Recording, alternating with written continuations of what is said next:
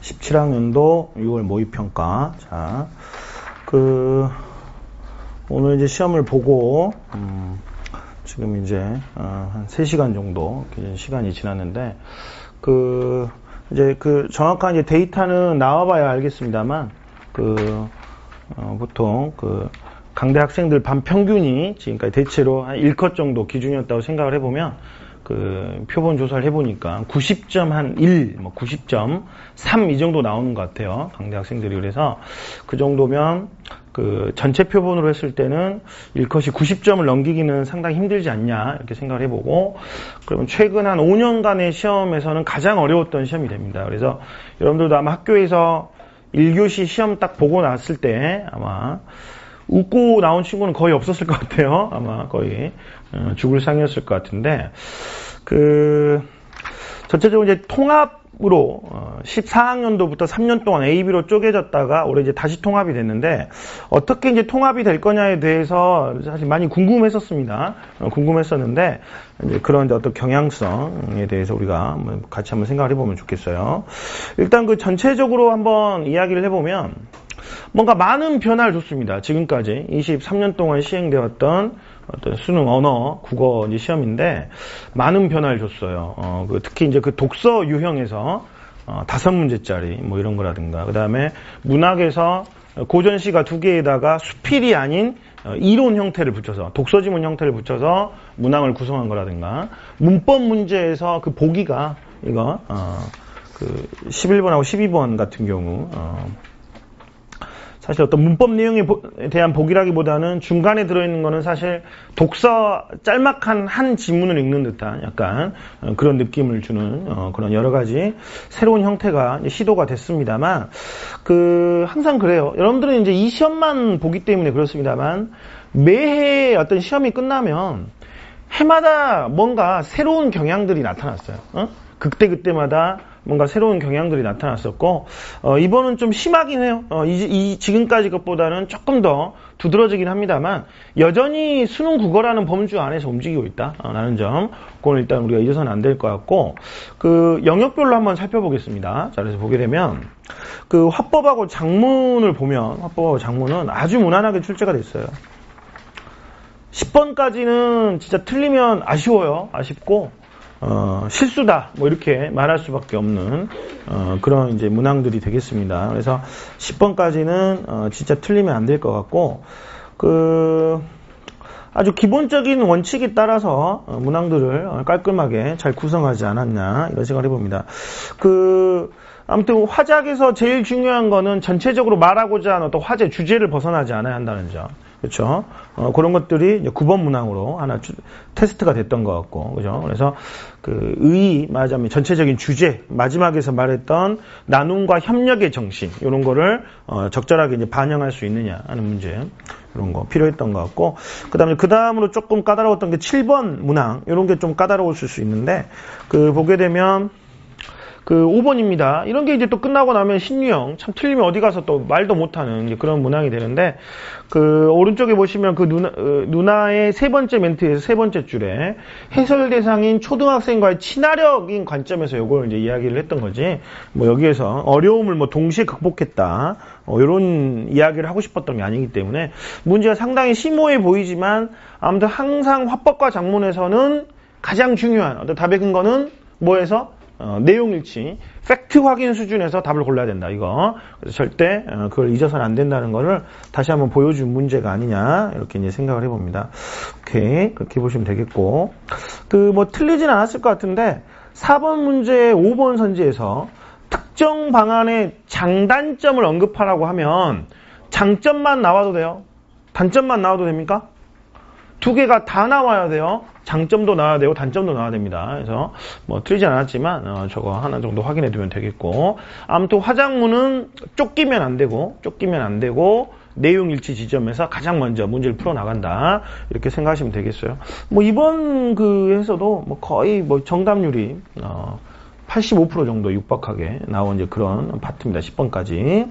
자, 그다음 문법이죠. 11번에서 15번까지. 저도 처음에 별 생각 없이 11, 12번을 풀다가 이게 독서지문, 이게 장문으로 착각했었어요, 처음에. 그래서 뭐지? 왜 작문이 이런 거 나오지? 봤는데 이게 문법 문제더라고. 그래서 2개에 걸쳐 있는 문법 문제를 처음 시도했고, 2개에 걸쳐 있는 문법 문제를 처음 시도했고, 자, 더구나 중세국어와 연관된 논점을 물어봤다는 점. 상당히 학생들에게는 부담스러울 수 있습니다만, 이 중세국어 문제의 가요한 기본적인 출제 원칙은 절대 지식을 요구하지 않습니다. 응? 중세국어 관련된 지점은. 그러니까 그러려다 보니까 더 보기가 길어진 면이 있어요, 사실. 응? 이거. 지식 없이 풀게 만들어 주려다 보니까 더 이거 길어진 면이 있지 않냐 이렇게 생각하는데, 5쪽의 왼쪽 단의 자료 있죠. 자료. 거기 별표 한번 쳐보세요. 딱 어떤 느낌을 주냐면, 최근 이제 학생들은 한 3년 정도 기출만 봤다면 그런 걸 이제 본 적이 없으실 텐데, 13학년도 이전까지는 독서 제재 중에 하나가 언어학 제재가 있었어요. 그러니까 문법 관련 제재. 그러니까 정작 문법 문제는 하나를 출제했지만 이 언어학 관련 비문학 지문이 하나가 있었고 거기에 이제 문제들이 딸려 있었는데 그걸 다시 보는 듯한 느낌. 딱 이 중간에 지금 들어가 있는 게 이 자료가. 그래서 말이 문법 문제지 이 자료를 어떻게 깔끔하게 딱 읽어내느냐가 거의 11, 12번의 관건이 되었던 그런 이제 문항이라고 생각합니다. 중세국어를 말하는 듯 하지만 사실 여기서 가장 중요한 거는 정보를 어떻게 정리할 것인가에 결국 문제였고, 우리가 항상 어떤 정보를 정리할 때 가장 기본이 되면서 중요한 거는 어떤 식으로 정보를 나열하는 방식? 뭔가 2개를 비교하고 구별하는 방식, 거기에 가장 주목해야 된다. 이항 대립이 가장 핵심이라고 그랬는데, 이것도 딱 지금 그거야. 그러니까 뭐냐면, 여러분들 보세요. 자, 여기 보면. 자료의 첫 번째 줄, 좁다와 돕다를 이야기하죠. 좁다와 돕다를 이야기하는데, 두 번째 줄에, 좁다는 그냥 나타나. 세 번째 줄, 그러나 세모 한번 쳐보시고, 돕다는 자음 앞에서는 문제가 없는데, 모음 앞에서는 어때요? 거기, 이응이 붙은 비읍, 순경음 형태로 나타난다. 그죠? 이걸 지금 이야기하는 거지. 그러니까, 좁다와 돕다가 있는데 얘는 문제가 없는데 이 돕다의 경우에도 자음이 따라오는 경우는 문제가 없지만 모음이 따라오는 경우에는 여기에서 어미 앞에서 이게 비읍 이응으로 변하는 형태다. 응? 이게 지금 처음 이거 첫 부분이 이야기하는 거죠. 이 둘을 구별해야 된다.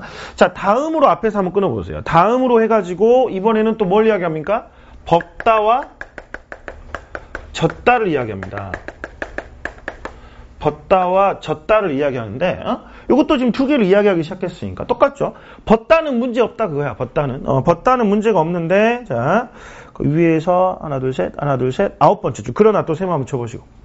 젖다도 역시 마찬가지로 자음의 경우에는 전혀 문제가 생기지 않지만 모음으로 시작하는 경우에는 문제가 생기더라고요. 모음으로 시작하는 경우에는 문제가 생기고 모음으로 시작하는 경우에는 자 여기 반칙 요걸로 변하는 형태가 나타나더라. 그죠? 그래서 이걸 연음으로 표기한 것이다. 가 첫 번째 단락. 이거 독서 지문이에요, 사실. 문법 문제가 아니라 이 내용을 얼마나 정리할 수 있느냐. 그다음 두 번째 단락에서 이제 말하는 건 그런데라고 해가지고 요거 이 순경음과 반침 요거 2개가 시대가 변하면서 15, 16세기를 지나면서 소멸되었다라고 해서 얘가 각각 어떻게 소멸되었느냐를 구별해서 설명해주고 있죠. 여러분들 그 두 번째 단락을 그래서 쪼개보면 어디에서 쪼개볼 수 있어요? 두 번째 단락을 쪼개보면 위에서 밑에서 하는 게 빠르겠나? 하나, 둘, 셋, 넷, 5번째 줄 다음으로 거기서 쪼개면 되겠어요? 다음으로 쪼개보세요. 거기서 쪼개보면 얘가 시간이 흐르면서 어떻게 변해갔는지를 거기서 또 각각의 케이스로 설명하고 있죠. 그래서 여기랑 연결되는 게 12번, 앞부분하고 연결되는 게 11번 이렇게 가잖아요. 여기가 11번, 여기가 12번. 예? 어떻게 바뀌었는가 형태. 사례를 정확하게 나누고 여기서 이야기하고자 하는 것들을 정확하게 나누고 각 케이스별로 연결지어서 얼마나 이제 정확하게 이해할 수 있느냐, 그게 관건이 되었을 것 같다. 이렇게 생각을 해보시면 되겠습니다. 그러니까 12번 같은 경우 이거 참 저희 문제 보고 놀랐는데 어떻게 이게 3점이 아니지? 여러분 납득이 돼요? 이게 3점이 아니라는 게? 사실 뭔가 어렵다기보다는 상당히 피곤한 문제죠. 왜냐면 다 따져야 돼. 이게, 그러니까 예를 들면 지금 거기에, 자, 그 두 번째 달람의 순경음의 경우에는, 자, 여기 보시면, 두 번째 줄에 먼저 그 비읍, 이음, 순경음은 15세기 중경을 넘어서면서와 같이 아와 어 앞에서는 그 반모음으로 바뀌었고, 아와 어 앞에서는 반모음으로. 그 다음에 셔블에서와 같이 아래아나 으가 이어진 경우에는 오나 우로 바뀌었으나 음절 끝에서는 여전히 비읍으로 나타났다. 그럼 세 가지를 이야기한 거잖아, 요거. 그래서 그 아어가 지금 12번의 1번 선지, 거기 개 다음에 있는 아어, 그 다음 세 번째가 아래어와 은, 그죠? 그래서 거기에서 각각 이제 어떻게 변했는가를 거기서 이제 찾으면 되는 거 아닙니까? 여기에서 찾으면 되는 거고, 지금 17세기 초엽의 경우에도 자 거기 그 뒤에 이어지는 형태에서 확인해 보면 되겠습니다. 그래서 요거 제재만 지금 문법 제재를 다루고 있을 뿐이지 여기서 말하려고 하는 이 두 가지 쌍 대립의 쌍, 그 다음에 요것들이 이 시대가 달라지면서 어떻게 변화했는가, 이런 거를 얼마나 차근차근 정리해서 문제에 적용할 수 있느냐라는 형태. 충분히 다시 출제가 가능하다고 생각해요. 그리고 뒤에 문학도 그렇습니다만, 뒤에 문학도, 사실 말이 이제 통합인데, 어떤 의미에서 당연한 거죠. 13학년도 이전으로 다시 돌아가고 있는 것 같아. 문제들이.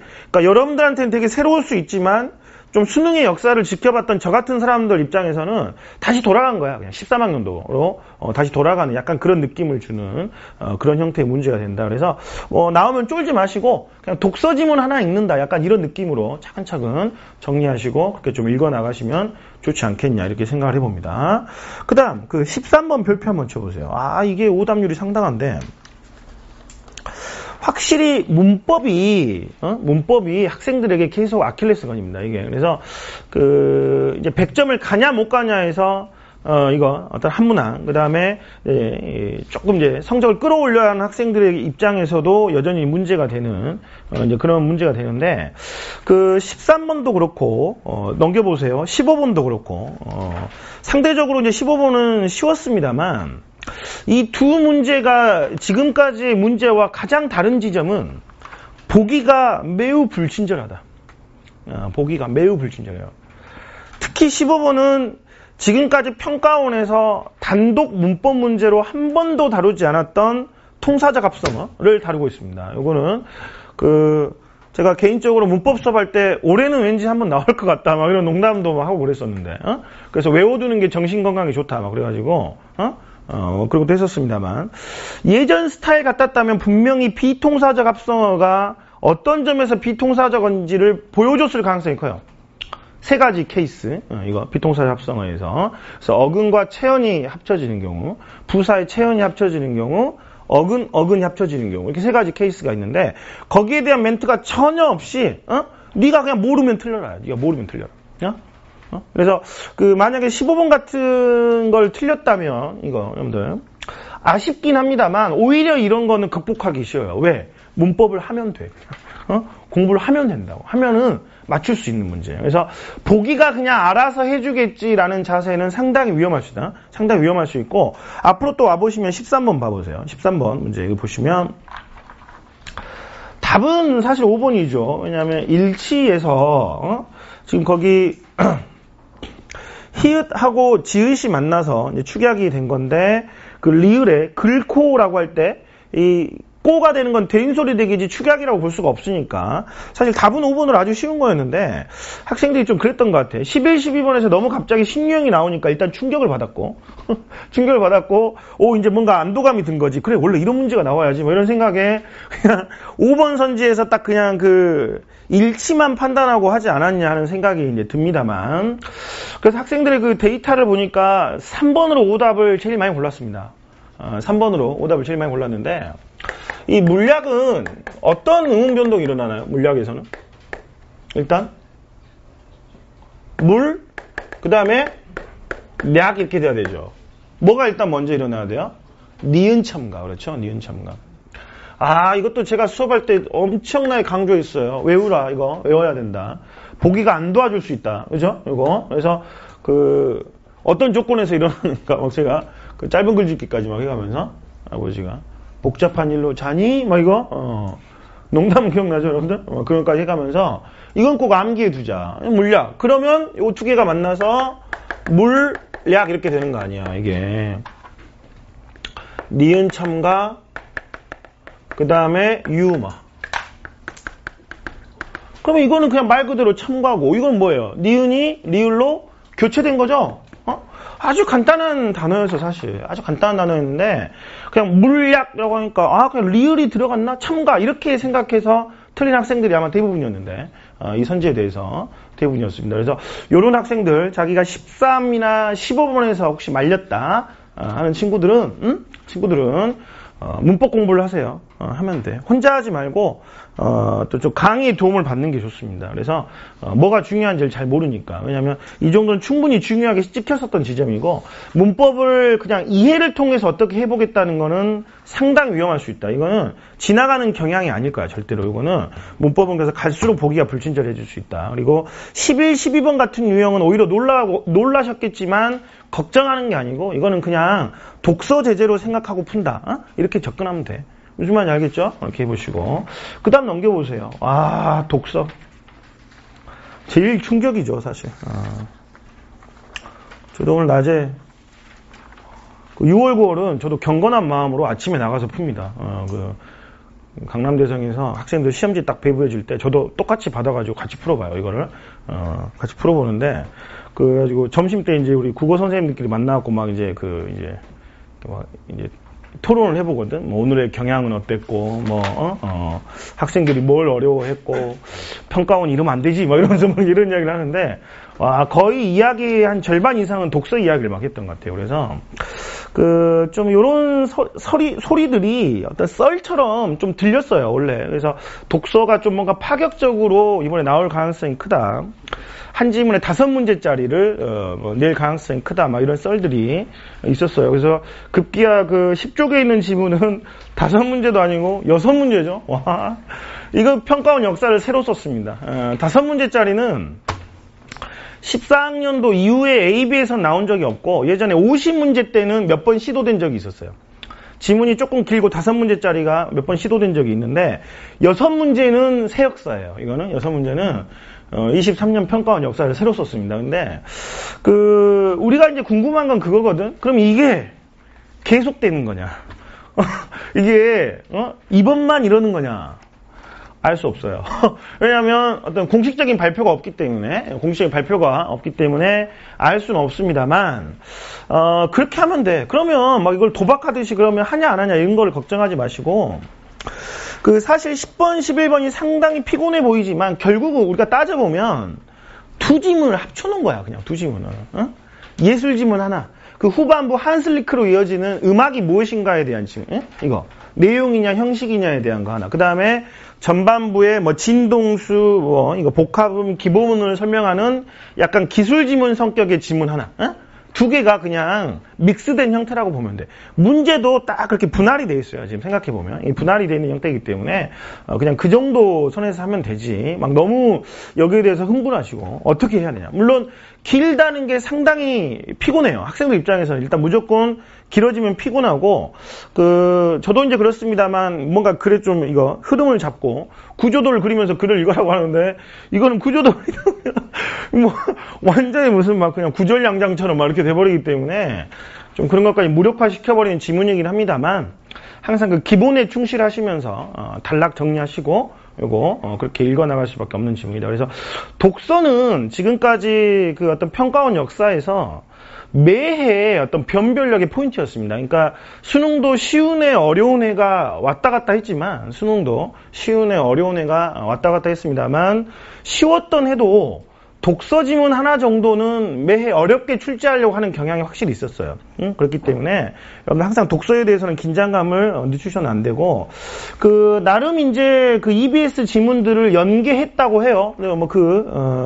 유비논증 이런 거라든가 뭐 음악 지문에서 거기 한슬리크 뭐 이런 것들이 연계해 있다고 하나 사실 거의 체감하기 힘든 거의 체감하기 힘든 이제 그런 형태가 됐고 그래서 EBS 지문은 이제 참고 지문 정도로 읽어는 보시되 뭐 그거를 따로 내용을 정리한다거나 어떤 적중을 노린다는 거는 오히려 위험할 수 있어 위험할 수 있고 독서는 근본적인 독해력을 높이는 형태로 공부를 해나가시면 좋겠다. 그리고 그 이번 시험이 보여주는 가장 중요한 특징은 다시 6쪽 와보세요. 여기 와보시면 16, 19번과 말하자면 사실 그 28, 33이 독해에서 관건이 되었던 그 두 지문인데 그 위에다 한번 써보세요. 이게 둘 다 특징이 뭐냐면 데이터 형태의 지문입니다. 데이터 형태.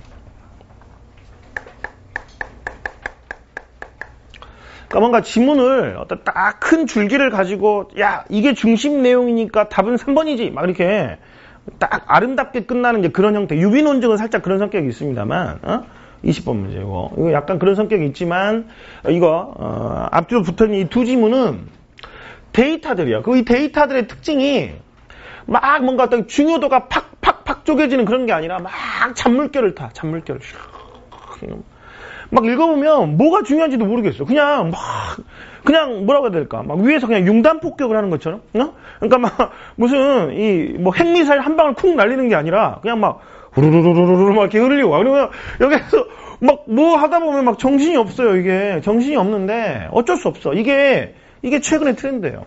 그 작년, 재작년 그 B형 과학 지문들도 보게 되면 정보를 딱 뭔가 하나로 이렇게 응집시켜 준다기보다는 막 이렇게 약간 뿌리는 느낌이 있어요. 이렇게 뿌려가는 느낌이 있는데 이런 형태의 지문들을 우리가 주목해야 되고 이것도 일시적이지는 않을 것이다. 이것도 분명히 일시적이지 않습니다. 그래서 그 기본적으로 그 언어에서 국어로 바뀐 이후로 14학년도부터 그 이 사람들이 가장 지향하는 어떤 독서의 목적이 실용성이에요. 실용성. 그러니까 우리가 살다 보면 여러분들 그 뭐 물건 같은 거 하나 사보면 사용 설명서 그거 읽어요? 저도 이번에 핸드폰 바꿨습니다만 막 찾으려고 그잖아. 그 막 눌러보고 안 되면 또 찾아서 읽어보고 막 그러는데 그런 게 우리 실생활에서는 훨씬 더 많이 필요한 거예요, 사실 이렇게 어떤 막 그래서 이 데이터 지문 그래서 이 데이터 지문은 어쩔 수 없다. 일단 시간에 대한 압박 이런 게 반드시 있을 것이고 읽어 나갈 때 이걸 뭐 한 번에 읽어서 머리에 넣는다. 아름답게 딱 지문은 집중해서 읽고 문제를 한 번에 쭉 푼다는 건 사실 불가능에 가깝고 이거 시간에 어떤 문제가 있고 학생들은 이걸 읽어 나가실 때 약간 인덱스의 개념 이거 그러니까 모든 내용을 다 기억할 수는 없다 하더라도 뭔가 펜을 들고 표시를 하세요. 거기다가 주요 개념들 메모치고 중요한 구절력 같은 거 밑줄 쫙 쳐두시면서 필요하면 그때그때 다시 찾아간다. 그러니까 여러분 집에서 막 옷장에 무슨 옷 있는지 다 기억합니까? 여기 열면 옷 몇 벌 나오고 이런 거 기억해요? 대체로 기억하잖아. 뭐 세 번째 서랍에는 속옷이 있고, 뭐 네 번째 서랍에는 바지가 있고, 첫 번째 서랍에는 양말이 있고, 이런 걸 기억하고 있단 말이에요. 그러니까 이런 지문들도 읽어 나가실 때 요 정도 수준에서 읽을 수밖에 없는 거야. 인덱스 개념으로. 인덱스. 그래서 어떤 그 목차를 잡아두시고 필요하면 다시 가서 찾는 그런 방법. 어떤 의미는 상당히 좀 구차하게 느낄 수도 있겠습니다만. 그렇게 지문이 나오고 있어, 지금 이거 자체가. 그래서 그렇게 읽어 나가 보시면 좋겠습니다. 그래도 좀 뭔가 어떤 글을 쓰는 기본적인 방식. 첫 번째 16, 19번 지문은 약간 과정류의 서술 이런 거에 주의하시면 되겠고 그 마지막 단락에서는 학습과 판정 단계 구별 이런 게 또 의미 있게 사용된 것 같아요. 19번 세모 한번 쳐보시고 19번 세모 한번 쳐보시고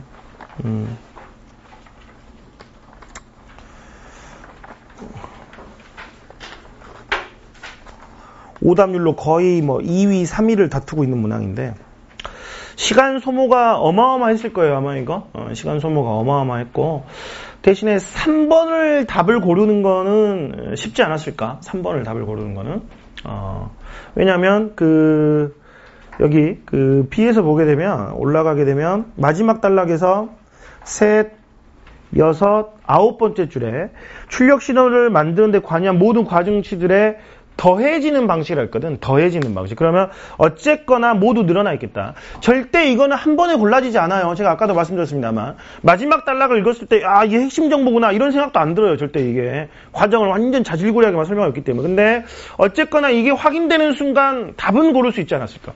응? 답은 왜냐면 더해진다고 했으니까 늘어나 있겠지, 어떤 식으로든지 얘가. 그래서 고를 수 있었을 거는 같은데 너무 아무튼 정보가 많았어요. 그래서 좀 최대한 나누시고 그때 인덱스 하신 후에 이게 어떤 단계냐, 이게 학습의 단계다. 그러면 일단 마지막 단락에 가서 한번 빨리빨리 다시 확인을 해봐야겠구나.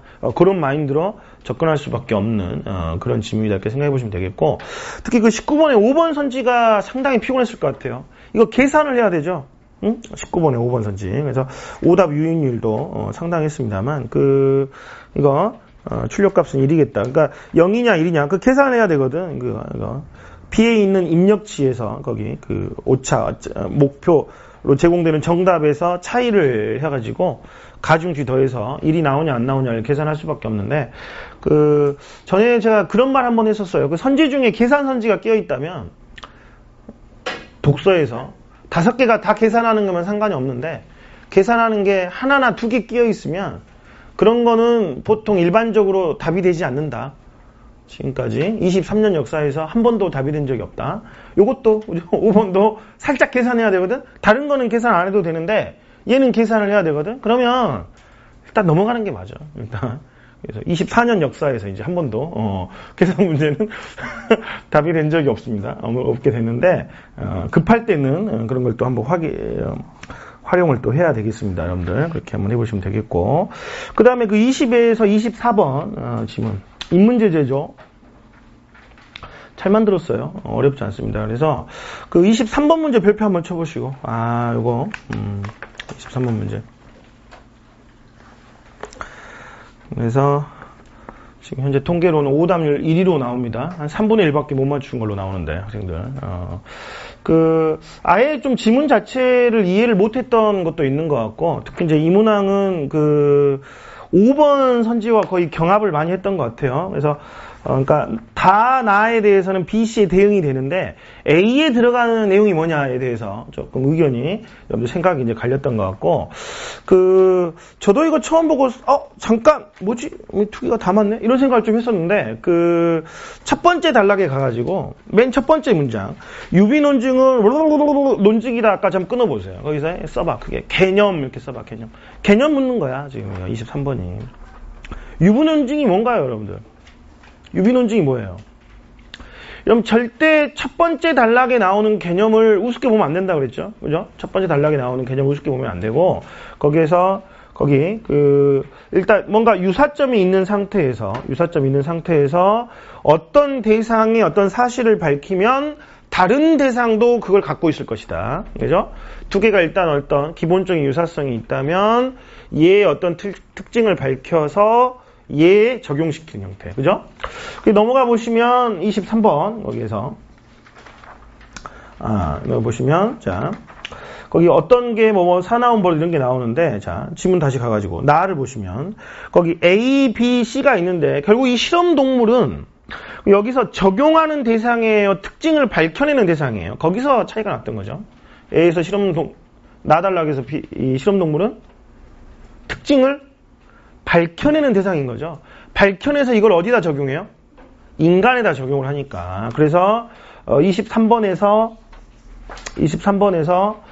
어떤 개를 통해서 다른 개에다 적용을 하기 때문에 여기 실험동물에 대응되는 것은 가다, 이렇게 골라야 됩니다. 어찌 생각하면 정말 단순한 문제였는데 이거 왜 에러가 났느냐, 유비 논증을 그냥 뭔가 2개 비슷한 것끼리 적용하나 보네 라고 너무 뭉뚱그려서 아마 이해했을 거야. 그러니까 그냥 이것도 답인 것 같고 저것도 답인 것 같고, 그리고 묘한 어떤 그 착각을 좀 줬던 것 같아.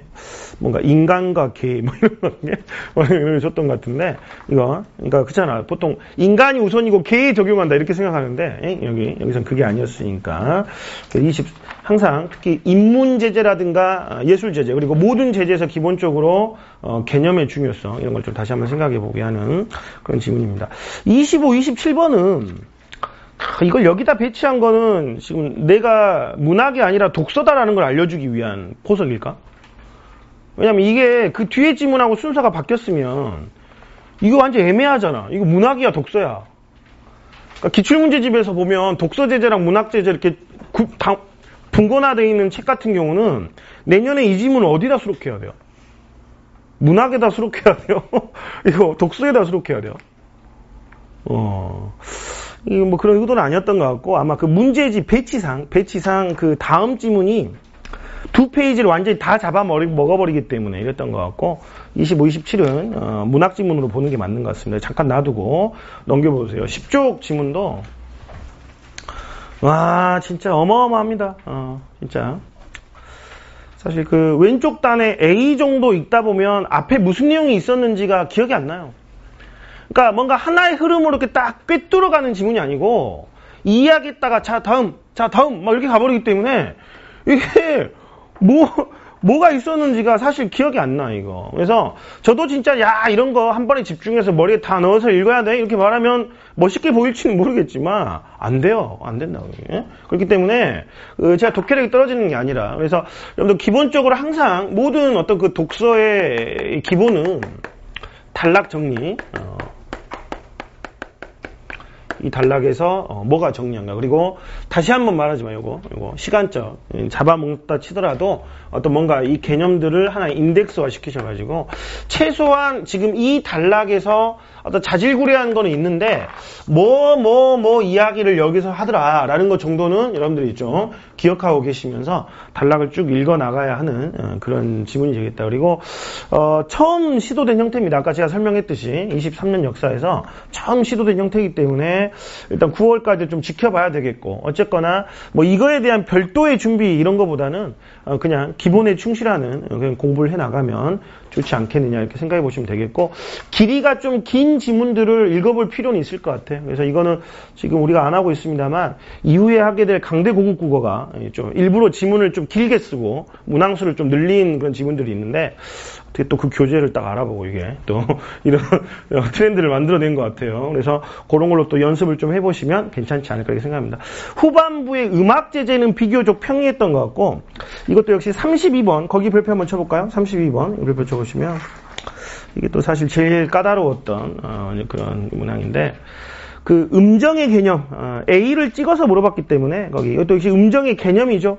거기 그 A의 첫 번째 음정에서 두 번째 줄에 음정이란 두 음고 간의 간격을 말하면, 그렇죠? 높은 음고의 진동수를 낮은 음으로 한다. 그래서 가령에서 장 3도는 4분의 5, 도화솔은 2분의 3이면 여기서 간격이니까 숫자가 작을수록 좁다 이렇게 판단하면 되겠죠. 그래서 32번에 답은 2번 이렇게 이제 하시면 되겠습니다.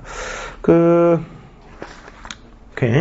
보시면 되겠고, 32번 4번 같은 거는 이제 이게 바이올린이라는 점이 중요해요. 그래서 전반부에서 고르는 시끄러운 이런 걸 이야기하는데, 바이올린 같은 경우는 고르음이고, 그럼 주기성을 갖고 있다. 그런 것들이 4번 선지의 근거가 된다는 점. 그리고 33번 6문제를 내려다 보니까 단순 어휘 문제가 아니라 문법 문제가 이거 개정 국어에선 사라졌던 문법 문제가 13학년도까지는 이런 문제들이 있었어요. 그러니까 독서 지문에 어휘 문제가 아닌 문법 문제 스타일 이렇게 따라붙는 경우가 있었는데, 이것도 여러분들한테는 신유형입니다만 사실상은 13학년도 이전으로 다시 돌아가는 형태다. 그렇게 이제 생각해 보시면 되겠고, 자, 그 다음에 이제 문학인데 앞으로 가보세요. 앞으로 가셔갖고, 그 문학에서는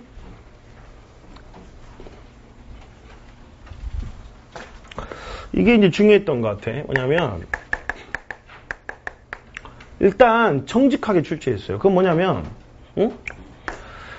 EBS 70%의 영향력이 상당했다. 20%, EBS 70%.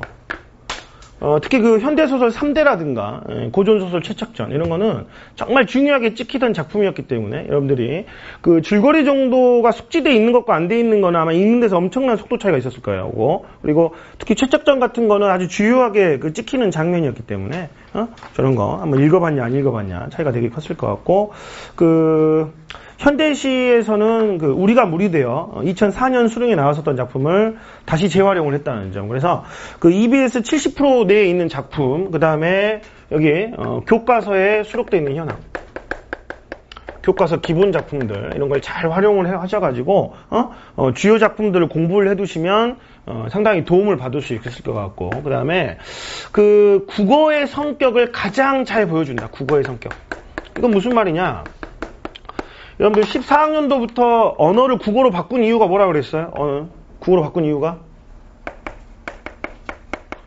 학교 교과 과정을 묻겠다는 게 제일 중요한 취지라고 그랬죠. 학교 교과 과정을 묻겠다는 게 제일 중요한 취지라고 그랬는데, 그 첫 번째 이거 25, 27번 지문 요거에서 사실 가에서 독서 지문으로 봐도 되고, 그냥 문학 이론으로 봐도 됩니다만, 아무튼 상당히 새로운 형식이고, 나는 부담이 됐을 수도 있지만, 내용은 여러분들이 어느 학교에서 문학을 배웠든 한 번은 배웠을 고려가요의 특징입니다. 그냥 민간에 떠돌던 이야기를 궁중에서 채록을 해가지고 이 공연하는 과정에서 똑같이 할 수가 없으니까 왕에 대한 송축이라든가 그 다음에 전체 내용과는 상반되는 전체 내용은 슬픈 내용 동동이나 가실이 다 슬픈 내용인데 그거 반대되는 기쁜 여음구가 들어간다 이런 거를 문항화했거든. 여기서 문항화했는데 25번에 그러니까 4번 선지라든가 뭐 26번 같은 거는 사실 이 고려가요에서 내신 열심히 하고 작품만 한번 제대로 읽어봤으면 선지만 보고도 거의 그냥 답을 딱 찍어낼 수 있는 그런 어떤 문항들. 그래서 가장 정직했다. 그래서 EBS의 어떤 연계, 묘를 살릴 수 있고, 그 다음에 어떤 국어의 성격을 살릴 수 있는 지문들. 그래서 학습만 잘 해두면 이거 제일 중요한 것 같아. 맞추는 것도 중요해. 득점도 중요하지만 시간 관리 차원에서 상당히 중요할 것 같아. 그러니까 아마 올해 수능도 뭔가는 예측은 힘들 수 있습니다만 독서랑 문학 중에 뭐가 더 어렵겠냐? 뭐가 더 어려울 것 같아요? 독서가 어려울 거예요, 분명히. 독서가 어려울 겁니다. 그러면 어디서 시간을 단축시켜야 돼요?